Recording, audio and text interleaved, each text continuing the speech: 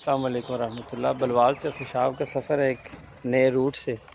ये देखिए गाड़ी हमारी, ये कौन सा है जी रोड? ये new motorway road. New motorway road है जनाब। ये डंपर और वो गाड़ी का भी कुछ, अल्लाह करे यहाँ से निकले अब गाड़ी, फिर मिलते हैं इंशाल्लाह। मियाँ वाली का इरादा है, अल्लाह खैर खैरियत से पहुँचाए हमें। हाँ जी, क्या कहते हैं? निकल जाएगी गड्डी साजी साद और मुआयना कर रहे हैं। तो अल्हम्दुलिल्लाह हम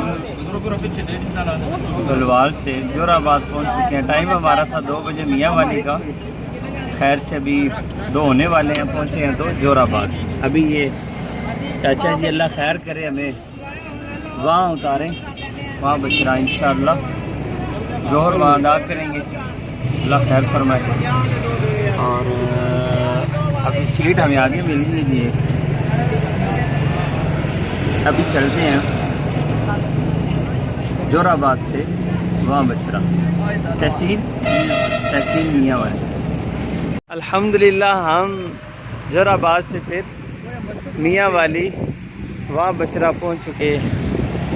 वहाँ बचरा हाँ जी मस्जिद बनाने लगे मैंने चेक करना। कौन पाया है बेकसी में।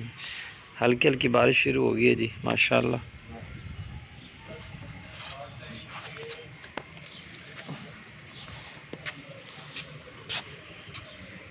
साथ में नहर है जनाब इधर।